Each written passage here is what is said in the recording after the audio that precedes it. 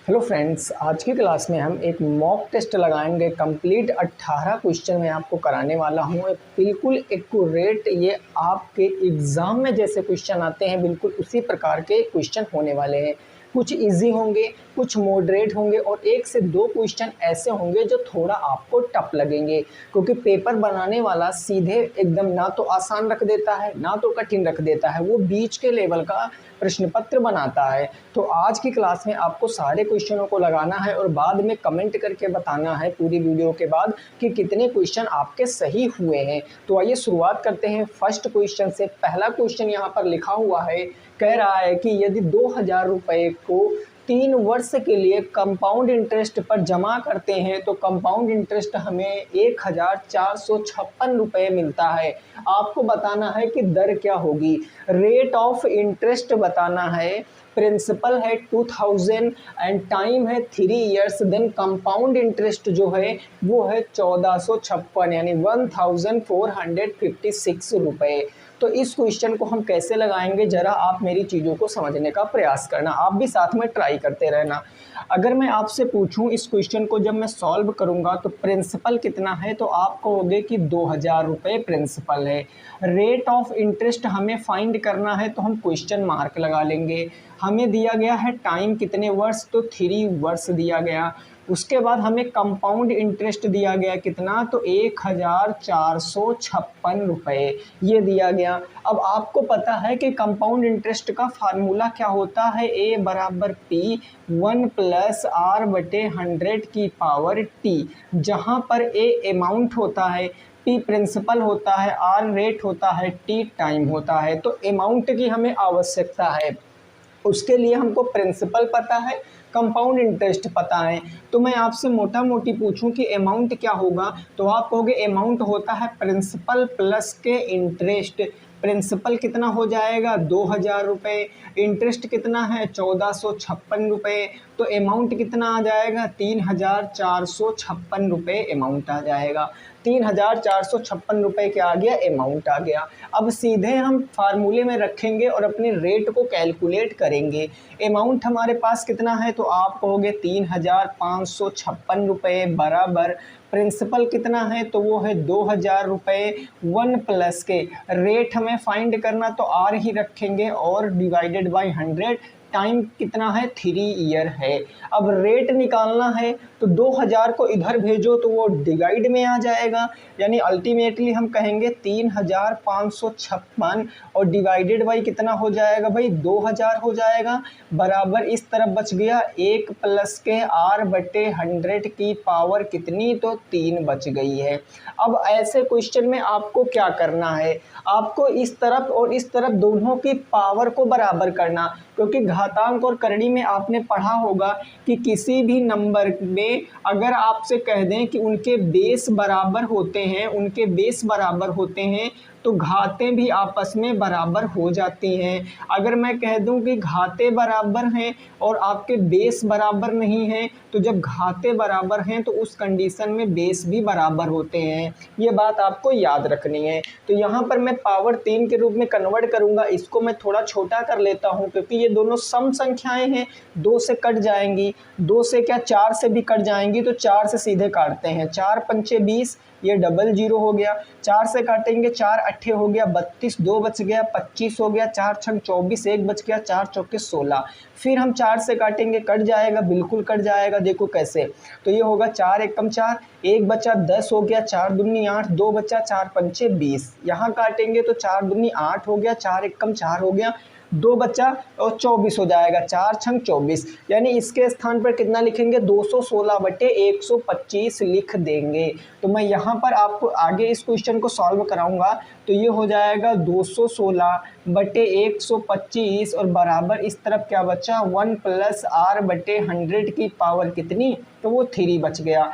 अब देखो 216 125 आपको पता है 216 6 का क्यूब होता है, 125 5 का क्यूब होता है, यानी 6/5 की पावर 3 कह सकते हैं इसको, और इसको मैं कह सकता हूँ 1 + के r/100 की पावर कितना, तो 3 कह सकते हैं। अब देखो पावरें बराबर हैं तो बेस बराबर हो जाएंगे, यानी कि यहाँ हो जाएगा 6/5 बराबर के 1 प्लस में r/100 हो जाएगा, होगा ना।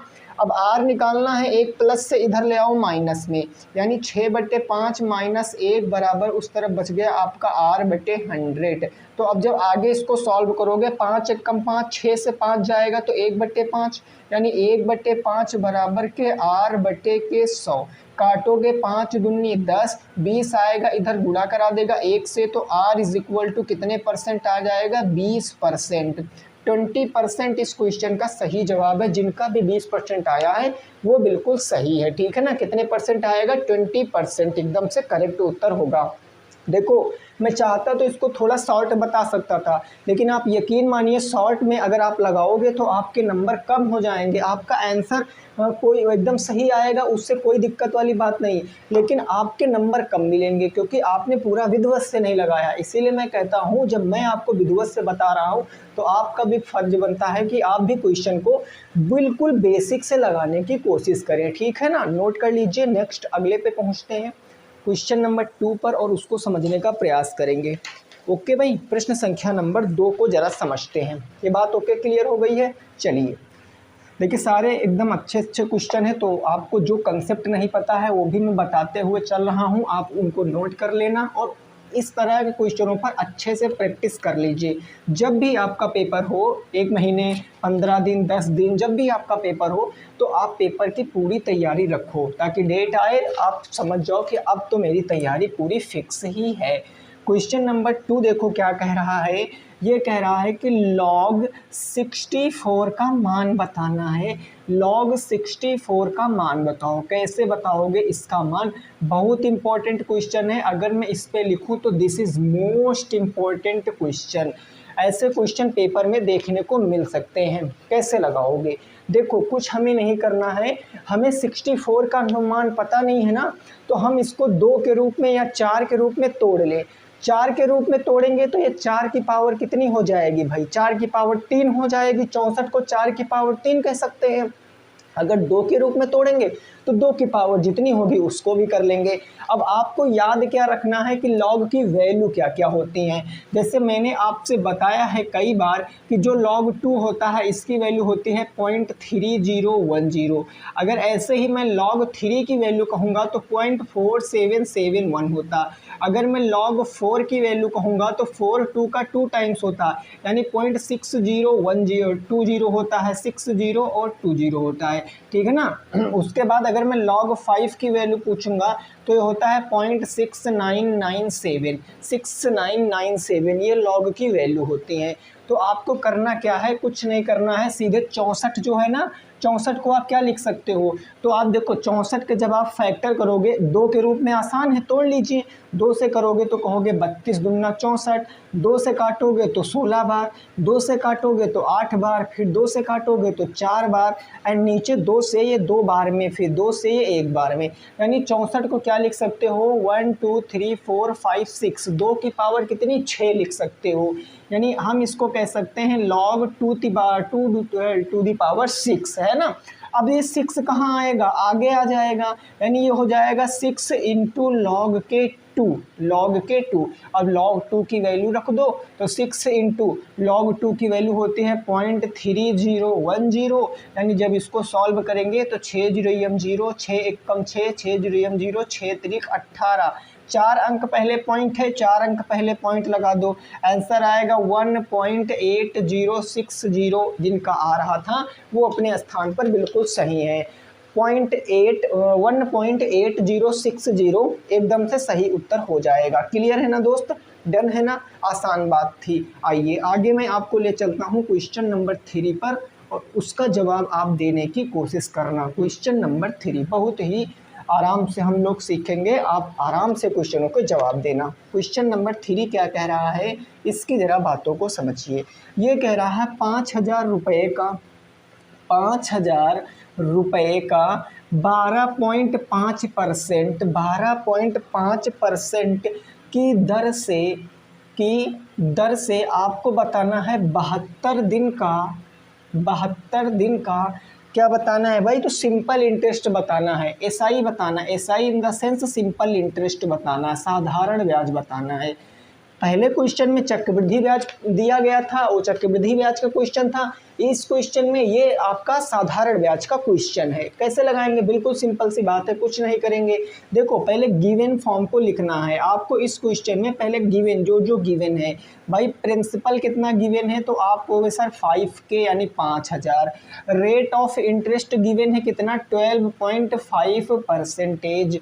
और टाइम आपको गिवन है कितना 72 दिन। भाई ये 72 डेज है, इसको ईयरली कन्वर्ट करोगे तो ये भाग कर दोगे 360 300 किससे भाई 365 से। 365 से ये 72 के स्थान पर 73 कर लीजिए, ज़्यादा बेटर रहेगा, है ना। ये 73 कर लीजिए तो ज़्यादा बेटर रहेगा। अब सही अब कट जाएगा तो आप क्या करोगे, समझ जाओगे आसानी से। तो ये 365 डेज हो गया। अब इसको वर्ष में कन्वर्ट करोगे, डेज से डेज खत्म, 7 पंजे 35 और 3 पंजे कितना हो गया 15। यानी ये अल्टीमेटली कितना आ जाएगा 1/5 वर्ष आ जाएगा। 1/5 वर्ष आ जाएगा। ओके, अब लगा दीजिए formula. Simple interest is equal to क्या होता है P into R into T और डिवाइडेड बाई क्या हो जाता है 100 हो जाता है। प्रिंसिपल हो जाएगा भाई 5000। Rate of interest 12.5%। टाइम है 1/5 और नीचे 100 भी है ना, तो आप 100 से भी क्या करोगे गुना करा दोगे, ये 100 हो जाएगा। मूलधन गुणे दर गुणे समय बटे 100। काटो 2 जीरो से, ये 2 जीरो खत्म हो गया, कोई प्रॉब्लम वाली बात नहीं ना। 5 से ये काट दोगे कितनी बार, तो 5 से 10 बार में काटोगे। 125 का 10 से गुना कराओगे तो 125 रुपये क्या आएगा, साधारण ब्याज आ जाएगा। बात खत्म हो गई। 125 रुपये क्या होगा, साधारण ब्याज होगा। नोट कर सकते हो। 1 to 5 क्या होगा, सिंपल इंटरेस्ट होगा। बात समझ गए मेरे दोस्त, बताइए बात समझ गए है ना। आओ नेक्स्ट पे पहुंचते हैं, क्वेश्चन नंबर 4 पे, प्रश्न संख्या 4 पे पहुंचते हैं और उसको समझते हैं क्या। देखिए कुछ क्वेश्चन इजी लगेंगे, मैंने पहले ही बताया था, और कुछ आपको टफ लगेंगे, तो कोई दिक्कत नहीं लेना है, आपको पढ़ना है, आसानी से पढ़ना है, ठीक है। देखो क्वेश्चन नंबर 4 प्रश्न संख्या 4 कुछ इस तरीके से कह रहा है। ये कह रहा कि यदि A अनुपात B बराबर आपको दिया गया है 2:3, ठीक है ना, और आपको B अनुपात C दिया गया है, B अनुपात C दिया गया 4:5। फिर आगे कहा गया है कि यदि K किसके बराबर दिया गया भाई, हाँ C बराबर, यदि C बराबर 225 हो तो आपसे पूछा क्या है, तो पूछा है कि A का मान बताओ। A का मान आपसे पूछे है कि what is the value of A if C is equal to 2 to 5। आप कैसे इस क्वेश्चन को लगाओगे, रेशियो का क्वेश्चन है, बढ़िया क्वेश्चन है। तो देखो ऐसे क्वेश्चनों में हमने आपको पढ़ा रखा, रेशियो 3 से 4 क्लास पढ़ाई है मैंने, तो आप कैसे इस क्वेश्चन को सॉल्व करोगे जरा बहुत ही अच्छे से समझना। भाई पहले देखो कितने वेरिएबल हैं, कितने ABCD हैं, A है, B है और B यहाँ है, तो इसको काउंट नहीं करेंगे क्योंकि काउंट कर लिए। C 3 है तो तीनों को लिखो A अनुपात B अनुपात C। अब इसके नीचे इसकी वैल्यू रखो। ये पहले A लिखा तो पहले वाली वैल्यू A की होगी, फिर B लिखा तो B की वैल्यू होगी, यानी इसके हिसाब से 2 अनुपात कितना आएगा 3 आ जाएगा, कोई दिक्कत नहीं। अब B वाला पहले लिखा है, B की 4 हो जाएगी, C की कितनी हो जाएगी 5। तो B के नीचे आपको लिखना है 4 और C के नीचे लिखना है 5। अब आपको नीचे लाइन ड्रॉ करनी है, जहाँ रेशियो का सिंबल लगाना है लगा लीजिए। अब कुछ स्थान आपको खाली दिख रहे होंगे, जैसे 3 के बगल खाली है तो पड़ोसी ही आएगा, 4 के बगल खाली है तो भी पड़ोसी ही आएगा। अब इनका मल्टीप्लाई कराओ, 4 दूनी कितना हो जाएगा 8 हो जाएगा, 4 तियाँ कितना हो जाएगा 12 हो जाएगा, और ये 5 तियाँ कितना हो जाएगा 15 हो जाएगा। अब उस कंडीशन में आपको देखो यहाँ दिया क्या गया है कि if C is equal to 2 to 5, C की वैल्यू दी गई है 225 और आपके हिसाब से C की वैल्यू कितनी है 15। यहाँ C की वैल्यू है 15 और सी की वैल्यू है 225। तो भाई 15 बराबर किसके होगा, 225 के होगा। एक बराबर किसके होगा, तो आप कहोगे 225 डिवाइडेड बाई 15। जब काटोगे तो 15 एकम 15, 15 पच्चे 75। एक बराबर आ गया 15। आपसे पूछे किसका मान है, ए का मान। ए कितना है, तो ए देखो 8 है। तो जब एक बराबर 15 है तो 8 बराबर क्या होगा, 15 इंटू 8 यानी 120। 8 5 40, 8 कम 8 4 12, यानी ए की वैल्यू कितनी आएगी, 120 आ जाएगी। ये आंसर है। अगर बी की वैल्यू पूछता तो 12 से इंटू करा देते, 15 इंटू 12 180 हो जाता है ना। कितना हो जाता, 180 हो जाता। ठीक है ना। अगर बी की पूछता, हमको सी की दिया था, ए की पूछा, तो ए का आंसर कितना आएगा, 120 रुपये आ जाएगा। ओके, डन है ना जी, क्लियर है। आइए नेक्स्ट 5 नंबर पे पहुंचते हैं। पांचवा क्वेश्चन क्या है उसको जरा समझने की कोशिश करते हैं। क्वेश्चन नंबर 5, बेसिकली ये जो क्वेश्चन दिए गए होते हैं इसमें जो कॉमन होता है ना उसको इक्विवेलेंट करना पड़ता है, बराबर करना पड़ता है। ये मैंने आपको सिखा रखा है। क्वेश्चन नंबर 5 देखिए क्या है, इसको जरा समझिए। क्वेश्चन नंबर 5 कह रहा कि 21 सेंटीमीटर रेडियस वाले, यानी रेडियस कितना है 21 सेंटीमीटर रेडियस वाले, त्रिज्या वाले वृत्त के चतुर्थांश का क्षेत्रफल बताना है।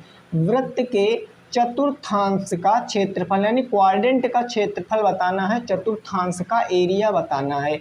अब कैसे आप इस क्वेश्चन को लगाओगे, देखो बहुत ही सिंपल क्वेश्चन है, लेकिन अगर भाई कॉन्सेप्ट क्लियर है ना तो ही लगा सकते हो, नहीं तो आप समझ नहीं पाओगे कि चतुर्थांश क्या होता है। भाई देखो, मैं अगर इसको आपको फिगर के थ्रू समझाने की कोशिश करूं तो मैं कह देता हूं यह एक क्या है, सर्कल है। यह एक सर्कल है। चतुर्थांश का मतलब होता है कि 1/4 भाग।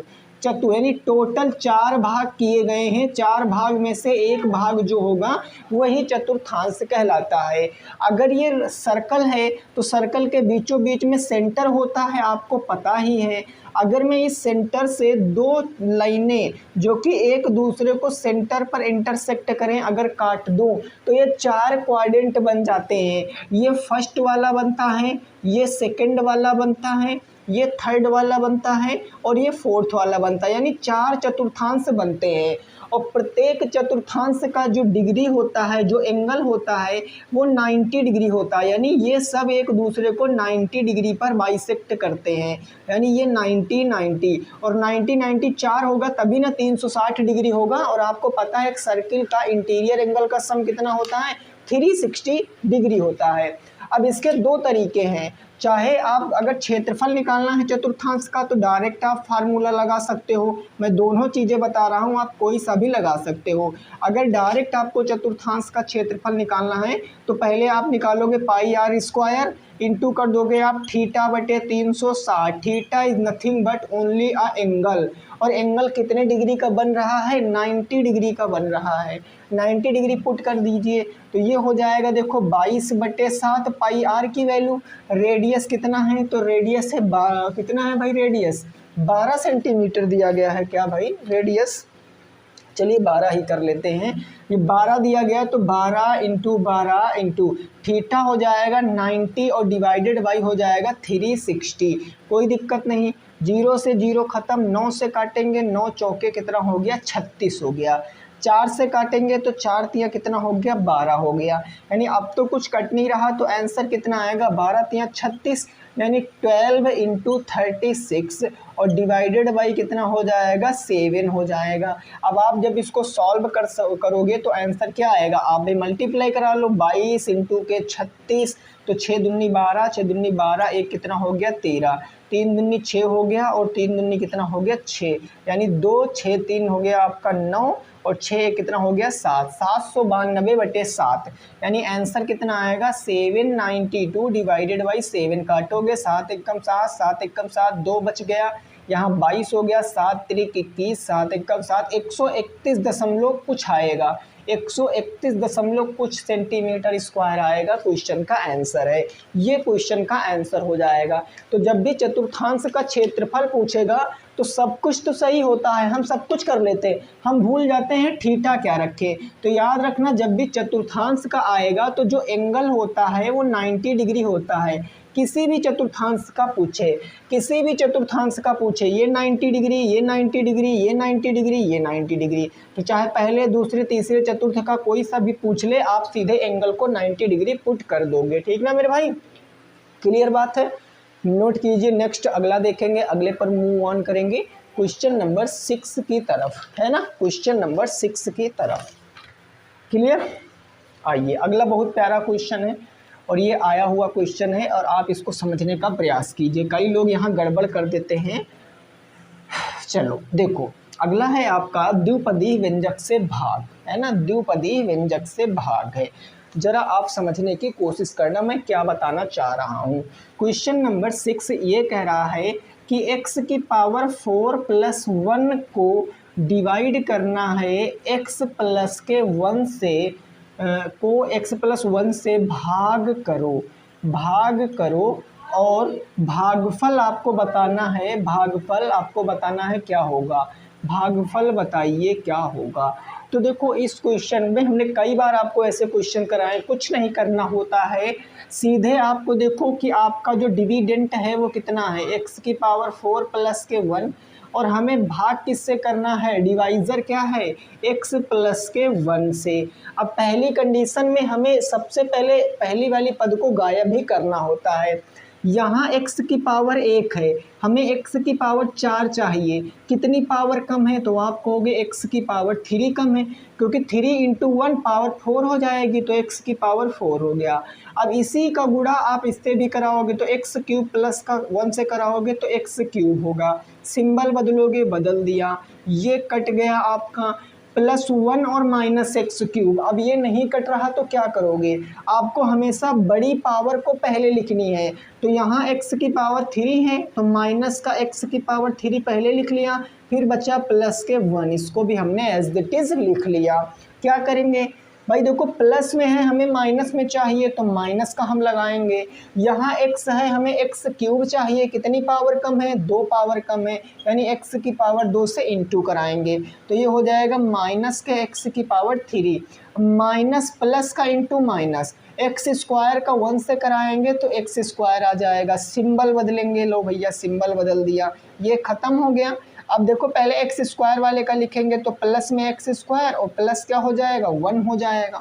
फिर से सॉल्व करेंगे, x है, हमको प्लस के x² चाहिए, एक पावर कम है तो एक पावर हमने यहाँ पर लिख दिया, x × x = x² हो गया।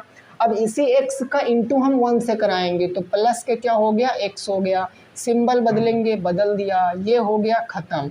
बचा क्या, माइनस का x प्लस में 1।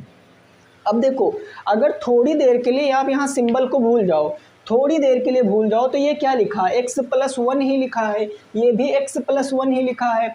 अब किसी संख्या में किस से मल्टीप्लाई कराओ कि वही संख्या आनी चाहिए, तो आप कहोगे 1 से, लेकिन यहाँ माइनस में लाना है ना, तो माइनस के 1 से करा दोगे, यानी 1 का एक माइनस के 1 का x से कराओगे तो माइनस का x, माइनस और प्लस माइनस का क्या हो जाएगा, 1 हो जाएगा। भाई देखो माइनस प्लस माइनस के क्या हो गया, 1 हो गया, ये माइनस से प्लस और ये माइनस से प्लस, ये ख़त्म, एक एक क्या आ जाएगा, 2, ये 2 आपका शेषफल आ गया और ये आपका जो आया है भागफल, यानी जो कोसेंट आया है वो कोसेंट है x³ - x² plus x minus के 1, ये कोसेंट है और ये आपका रिमाइंडर है, नोट कर सकते हो भाई, है ना, ये नोट कर सकते हो। आगे क्वेश्चन पे पहुंचेंगे और आगे क्वेश्चन को लगाने की कोशिश हम लोग करेंगे।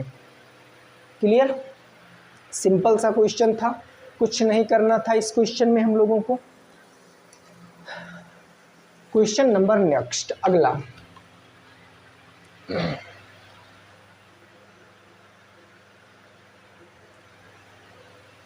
ठीक है, अगला देखो क्वेश्चन नंबर हो जाएगा 7। ये क्या है, इसको जरा समझिए। लगभग मैंने देखिए जिस तरीके से पेपर बनता है उसी तरीके से सेट किया है, हर कहीं से मैंने क्वेश्चन को उठाया है, हर एक चैप्टर से। तो 7 नंबर क्वेश्चन क्या कह रहा है ज़रा इसको समझिए। ये कह रहा है एक लकड़ी के घनाभ के टुकड़े, ये बढ़िया क्वेश्चन है और इम्पॉर्टेंट क्वेश्चन है। क्वेश्चन कह रहा है लकड़ी के घनाभ के आकार के टुकड़े, घनाभ के आकार के क्या है भाई, टुकड़े की माप, टुकड़े की माप क्रमशः, क्रमशः का मतलब होता है रिस्पेक्टिवली, क्रमशः दिया गया 75 सेंटीमीटर और आगे दिया गया आपको 15 सेंटीमीटर, देन फिर दिया गया है 5 सेंटीमीटर है। ठीक है, आगे कह रहा है तो उसमें से, तो उसमें से 15 सेंटीमीटर यानी 15 सेंटीमीटर और फिर ये भाई 3 सेंटीमीटर एंड 1 सेंटीमीटर के कितने टुकड़े काटे जा सकते हैं, सेंटीमीटर के कितने टुकड़े काटे जा सकते हैं। देखो लैंग्वेज क्वेश्चन भी बहुत आपको जटिल लग रही होगी, लेकिन ऐसा कुछ होता नहीं है, देखने में बहुत कठिन लग रहा होगा लेकिन इससे सरल क्वेश्चन कोई नहीं है। कितने टुकड़े काटे जा सकते हैं, तो बताओ भाई क्या हो जाएगा, आंसर बताइए भाई इसका क्या होगा। बिल्कुल सिंपल सा क्वेश्चन है। देखो ज़रा हम क्या कह सकते हैं कि यहाँ पर एक लकड़ी का जो टुकड़ा है वो कैसा है, किस शेप का है, तो आप कहोगे सर वो क्यूबाइड के शेप का है, घनाभ के शेप का, और जिसकी जो मापे हैं वो रेस्पेक्टिवली क्रमशः 75 सेंटीमीटर, 15 सेंटीमीटर और 5 सेंटीमीटर। क्रमशः का मतलब जानते हो दोस्त, क्रमशः का मतलब होता है कि पहले लंबाई होगी, फिर चौड़ाई होगी, फिर ऊंचाई होगी। खैर यहाँ इससे कोई फ़र्क नहीं पड़ने वाला है क्योंकि ये सारे इनटू में हैं और इनटू में कोई आगे कोई पीछे लिख लो उससे कोई फ़र्क नहीं पड़ेगा क्योंकि सारे नंबर पॉजिटिव हैं ना। तो जब पॉजिटिव हैं सारे नंबर तो आप कैसे भी लिख लीजिए। तो इस केस में सबसे पहले हम क्या करेंगे कि जब भी कभी हमें निकाले गए टुकड़ों की संख्या ज्ञात करनी हो, भाई देखो जब भी हमें टुकड़ों की संख्या ज्ञात करनी हो या फिर इसी कंसेप्ट पर आता है कि जब आपको ईंटों की संख्या ज्ञात करनी हो तो उसमें कुछ नहीं करेंगे, जो टुकड़ा है, जो आकार का टुकड़ा है उससे, यानी मैं कह सकता हूँ कि जो लकड़ी का टुकड़ा है, जो लकड़ी का टुकड़ा है उसका आयतन, लकड़ी के टुकड़े का जो वॉल्यूम है उसका वॉल्यूम निकालेंगे, है ना भाई, और उसके वॉल्यूम को डिवाइड कर देंगे कितनी नाप के हमें काटना है, तो उसमें से जितने भी नाप के हमें काटना है, यानी हम लिखेंगे कि जितने भी नाप के हमें काटना है, नाप के क्या करना है भाई, नाप के काटना है। ये तो बिल्कुल देसी भाषा में हो गया लेकिन कोई नहीं, आपको समझना है। तो मैं क्या कह सकता हूँ, लकड़ी का टुकड़े का आयतन क्या होता है भाई, दोनों घनाभ के आकार का है तो लंबाई गुणे चौड़ाई गुणे ऊंचाई होगा, और नीचे जो काटना है एक्चुअली वो भी किस में है, वो भी तो है भाई आपका घनाभ के आकार में, तो L into B into H हो जाएगा, कोई दिक्कत नहीं दोस्त। अब आप यहाँ रखिए सीधा वैल्यू, लंबाई कितना है तो कहोगे सर 75 है, लो 75, चौड़ाई हो गई 15 और ऊंचाई कितनी हो गई 5, और इसमें कितने माप के काटे जा सकते हैं तो आप कहोगे 15 इंटू 3 इंटू 1, ये हो गया 15 इंटू 3 इंटू 1। अब एक बात दिमाग में याद रखना, कई लोग क्या करते हैं इसको पहले मल्टीप्लाई कराते हैं फिर काटते हैं, नहीं, आपको थोड़ा स्मार्ट वर्क करना है। देखो मैथ में आप जितना टाइम बचाना है बचा सकते हो, आपके ऊपर निर्भर करता है। अगर आप पहले इंटू कराओगे, उसके बाद नीचे इंटू कराओगे, उसके बाद आप न्यूमरेटर को डिनोमिनेटर से डिवाइड करोगे तब नंबर आएगा, लेकिन जब भी न्यूमरेटर डिनोमिनेटर दोनों में नंबर मल्टीप्लाई में हो तो आप डायरेक्ट काट सकते हो, उससे कोई फर्क नहीं पड़ने वाला है, ये बात आप याद रखना। तो हम यहाँ से कहेंगे कि देखो 5 से काटेंगे 3 बार, 5 तियाँ कितना हो गया 15 हो गया, कोई दिक्कत नहीं, 5 तियाँ कितना हो गया 15। अब इसको 3 से काटेंगे तो 3 से काटेंगे 3 दूनी 6 हो गया भाई, है ना, सॉरी ये 15 है ना, माफी चाहते हैं ये 15 है, तो ये 15 से 15 क्या हो गया ख़त्म हो गया।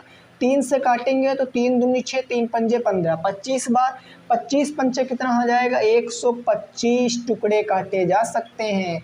कितने टुकड़े 125, और यही क्वेश्चन का क्या आएगा आंसर। भाई देखो 15 से 15 खत्म, 3 से काटा 25 बार, 25 पंचे 125 will be the correct answer. 125 टुकड़े काटे जा सकते हैं, ये क्वेश्चन का क्या होगा एकदम से सही उत्तर हो जाएगा, ठीक है ना। ये क्या होगा, एकदम से सही उत्तर हो जाएगा।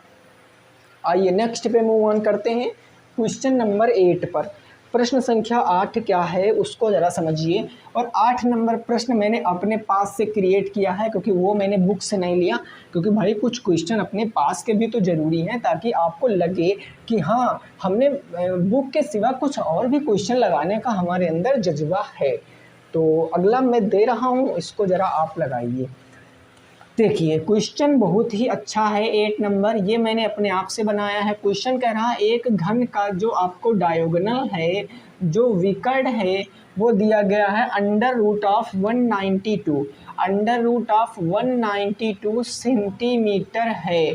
तो आपसे पूछा है what is the volume of this cube, आपसे पूछा है तो इस घन का वॉल्यूम ज्ञात करो। इस घन का आपसे पूछे हैं कि आयतन बताओ क्या होगा, इस घन का आयतन।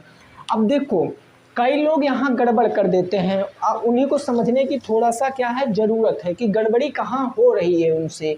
देखो सबसे पहले जो गिवन है ना उसका आप फार्मूला समझो ज़रा। तो मैं कहता हूँ कि जो घन का विकर्ण होता है, वो घन का विकर्ण क्या होता है, आप कहोगे a into root three, where a is equal to side of a cube, side होता है क्यूब की। तो हमें विकर्ण दिया गया है कितना, अंडर रूट ऑफ 192 सेंटीमीटर। ये किसके बराबर होगा, a इंटू रूट थ्री के बराबर हो जाएगा।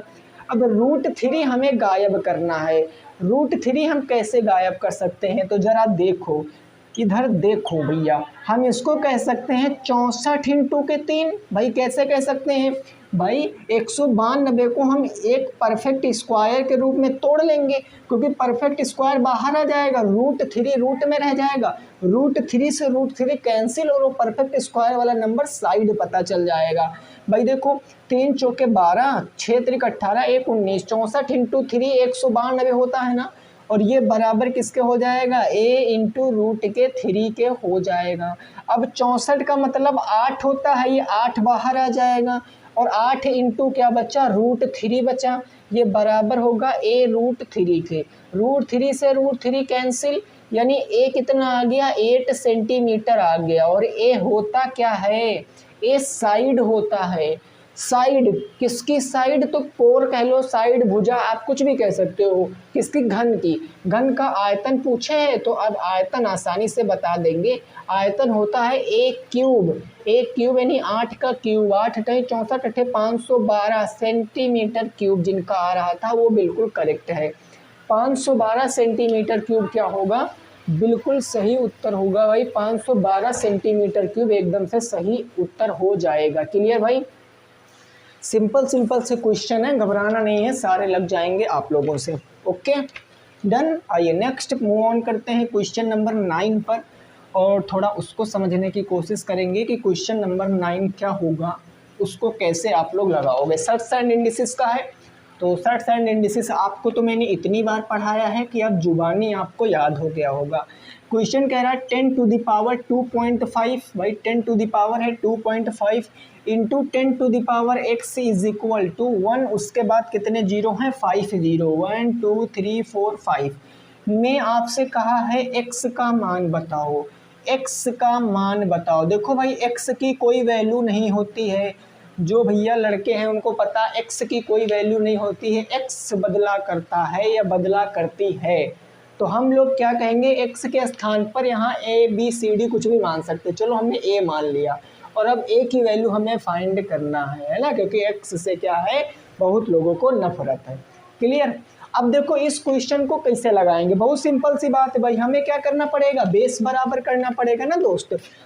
तो हम इसको क्या कह सकते हैं, ये जो लिखा है एक के बाद कितने जीरो, 5 जीरो, 1 लाख लिखा है ना, इकाई दहाई सैकड़ा हजार 10,000 लाख, इसको हम अगर 10 की पावर में तोड़ें, क्योंकि सारा हमें 10 में दिया गया तो बेस बराबर करेंगे, तो 10 एकम 10, कितने जीरो आ गए, 4 जीरो, फिर 10 से काटेंगे एक बार, कितने जीरो, 3 जीरो, फिर 10 से काटेंगे एक बार, 2 जीरो, फिर 10 से काटेंगे एक बार, 1 जीरो, फिर 10 से काटेंगे एक बार। यानी जो 1 लाख लिखा था इसको हम 10 की पावर कितनी कह सकते हैं, 5 कह सकते हैं, यानी ये होगा 10 टू द पावर 2.5, और इंटू हो जाएगा 10 टू द पावर a बराबर 10 टू द पावर कितना होगा 1 2 3 4 5।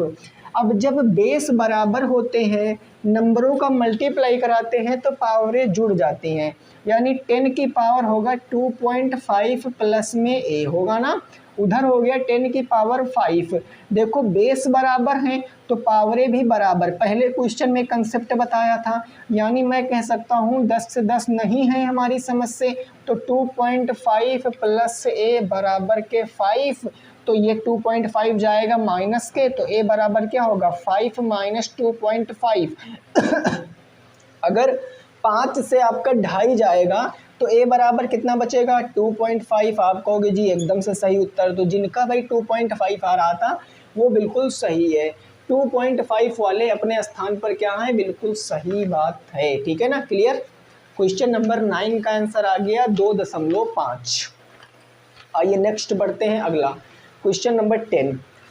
क्वेश्चन नंबर 10 है वो आपका है औसत यानी माध्य माध्यिका बहुलक से चैप्टर वाले से क्वेश्चन पूछा है आपसे। फर्स्ट 20 इवन नंबर का आपसे एवरेज पूछा है यानी माध्य पूछा है। तो क्वेश्चन नंबर 10 में लिखता हूँ, ये कह रहा है प्रथम 20 सम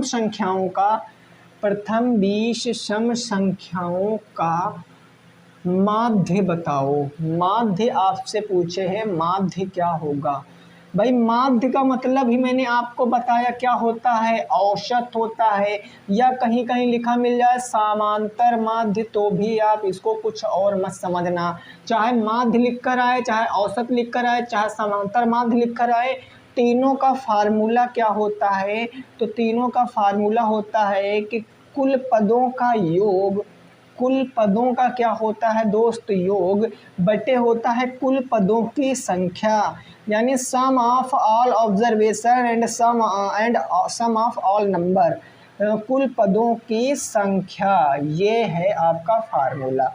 तो अगर हम प्रथम 20 सम संख्याएं लिखें तो संख्याएं हमारी कौन कौन सी बनेंगी, पहली 2 बनेगी, फिर 4, फिर 6, 8, है ना, 10, 12, ऐसे करके आप लिखते चले जाओ। देखो कहाँ तक लिखोगे और कितने आपके बनेंगे, 40 के तकरीबन बनेंगे भाई, 24 हो जाएगा, 26 और ये हो जाएगा 28, फिर 30, उसके बाद यहाँ हो जाएगा आपका 32, 34, 36, 38 और 40।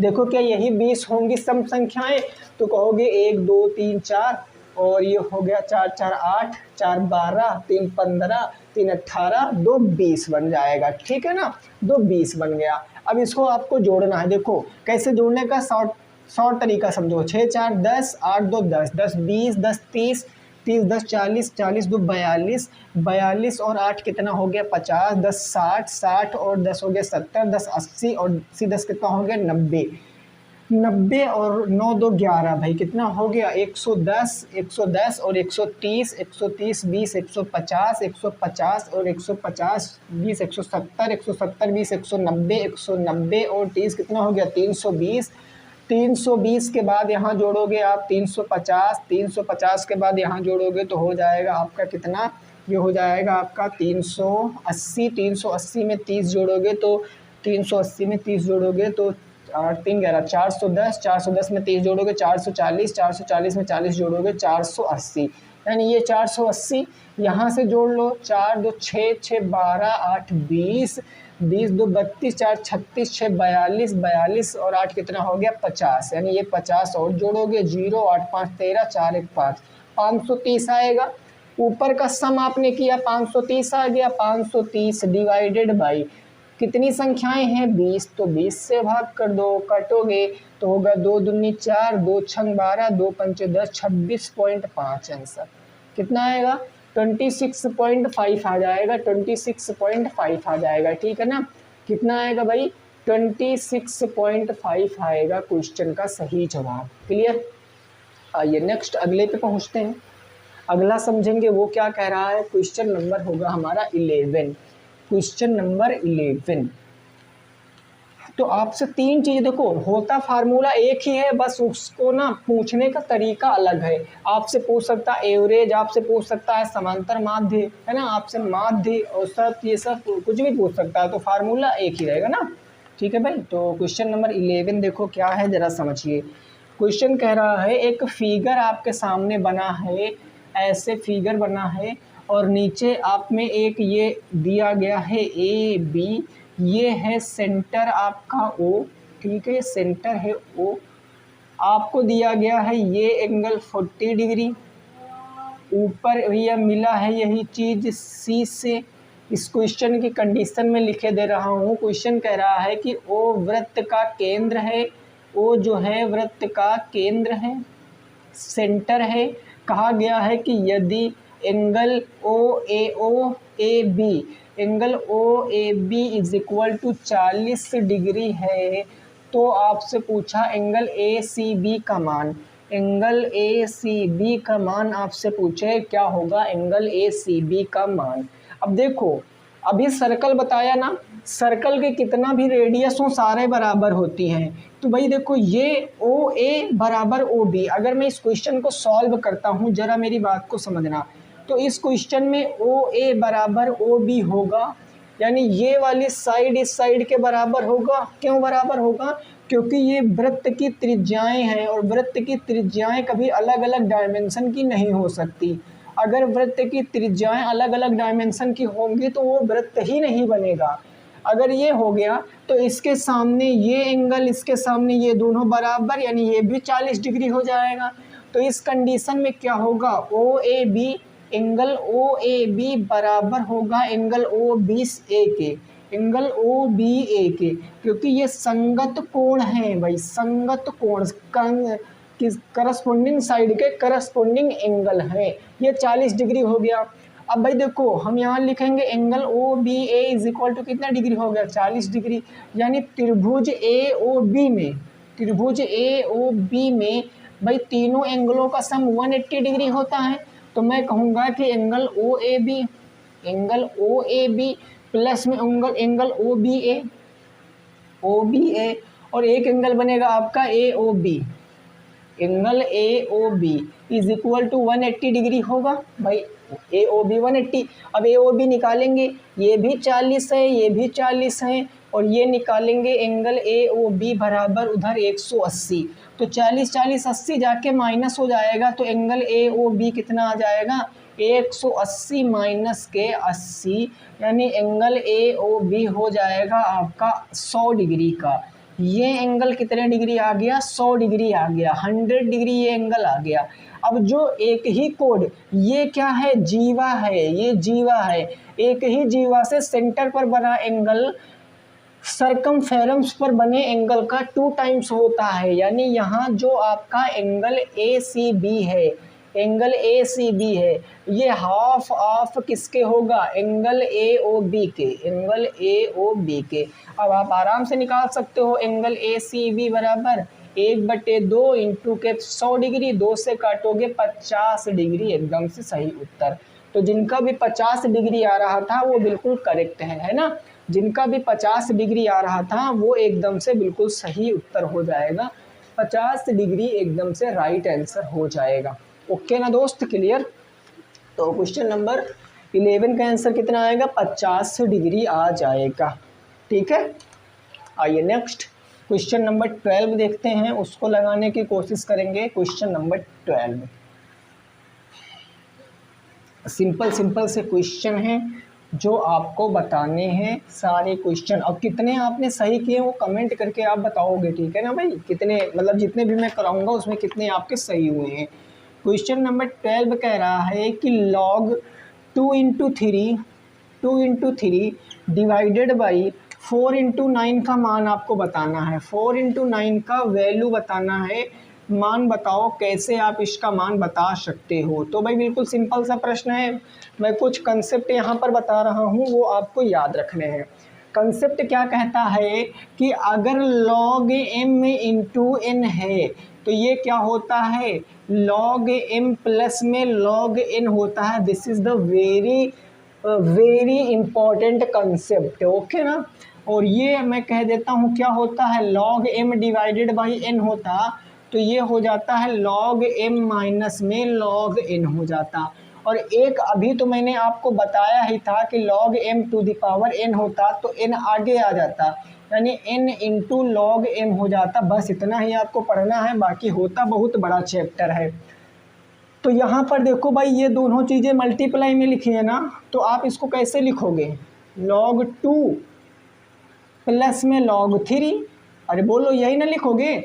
अब ये डिवाइड में आ गया तो माइनस हो जाएगा, और ये माइनस में हो गया log 4, और ये फिर से मल्टीप्लाई में तो प्लस हो जाएगा log 9 हो जाएगा।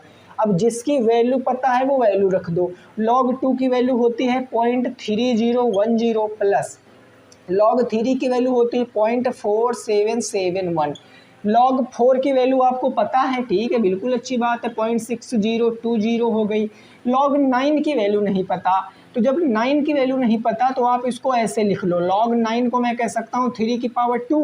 अब भाई 2 आगे आ जाएगा, अरे बोलो 2 आगे आ जाएगा ना, तो 2 आगे आ जाएगा। तो मैं एक ही स्टेप में आपको बताता हूँ, 2 हमने आगे ले आया। भाई देखो वीडियो को काट के देखोगे तो नहीं समझ आएगा, ये 2 कहाँ से आया, तो 9 को मैंने 3 की पावर 2 कहा, और इस नियम के हिसाब से ये 2 आगे आ गया, तो ये 2 कहाँ आ जाएगा, आगे आ जाएगा, 2 इंटू log 3 हो जाएगा। अब ये देखो इसको ऐड कर लीजिए, है ना, इसको ऐड कर लीजिए मेरे भाई, इसको ऐड करोगे तो देखो 1 हो जाएगा, 7 में 1 जोड़ोगे तो 8 हो जाएगा, 7 में 0 जोड़ोगे 7 ही रहेगा, 4 में 3 जोड़ोगे तो 7, यहाँ आ गया 0.7781 माइनस, अब ये हो जाएगा 0.6020 प्लस के 2 इंटू log 3 की वैल्यू होती है 0.4771। अब पहले इंटू कराना, पहले आप डायरेक्ट ऐड मत कर देना, इंटू कराना पहले, यानी 0.7781 माइनस 0.6020 और प्लस 2 से मल्टीप्लाई कराओ। देखो 2 एकम 2 हो गया, 2 सत्ते 14 हो गया, 2 सत्ते 14 15 हो गया, 2 चौके 8 1 9 हो गया, 0.9542। इन दोनों को, इनको और इनको ऐड करना है। देखो ये पॉजिटिव नंबर, ये पॉजिटिव नंबर, इन दोनों को ऐड करके बीच वाले से घटा देना क्योंकि वो निगेटिव है। तो इन दोनों को ऐड करोगे, 1 में 2 जोड़ोगे तो 3 हो गया, 4 और 8 12, एक कैरी आ गया भाई, 5 और 7 5 12, एक 13, एक आ गया, 9 1 10 6 16, एक 17, ठीक है ना, 0.44 अंक पहले तो 4 अंक पहले, -6020। बस इसको सॉल्व कर लीजिए, 3 से 0 जाएगा तो 3 ही बचेगा, 2 से 2 जाएगा तो 0 बच गया आपका, 3 से 0 जाएगा तो 3 ही बच गया आपका, 7 से 6 जाएगा 1 और 0.1, आंसर क्या आएगा 1.1303, एकदम से सही उत्तर 1.1303 क्या हो जाएगा, एकदम से सही उत्तर हो जाएगा। बात समझ में आ गई आपको, ये आंसर हो जाएगा, ठीक है भाई। आइए नेक्स्ट पहुंचते हैं अगले प्रश्न पर। अगला प्रश्न क्या कह रहा है उसको ज़रा समझना है, अगला प्रश्न क्या कह रहा है। देखो ज़रा, क्वेश्चन कुछ इस प्रकार से आपका है, उस क्वेश्चन को आपको लगाना है और बताना है कि क्वेश्चन नंबर 13 का सही उत्तर क्या होगा, ठीक है ना दोस्तों। मैं यहाँ पर लिखता हूँ क्वेश्चन और आपको उसको जल्दी से लगा के बताना है। क्वेश्चन नंबर 13, क्वेश्चन नंबर क्या होगा भाई, 13 हो जाएगा, क्वेश्चन नंबर 13। ये कह रहा है एक शंकु की जो त्रिज्या है, शंकु की जो त्रिज्या है वो कितनी दी गई है, तो वो दी गई है 14 सेंटीमीटर, तथा जो ऊंचाई है वो कितनी दी गई है, तो ऊंचाई आपको दी गई है 10 सेंटीमीटर।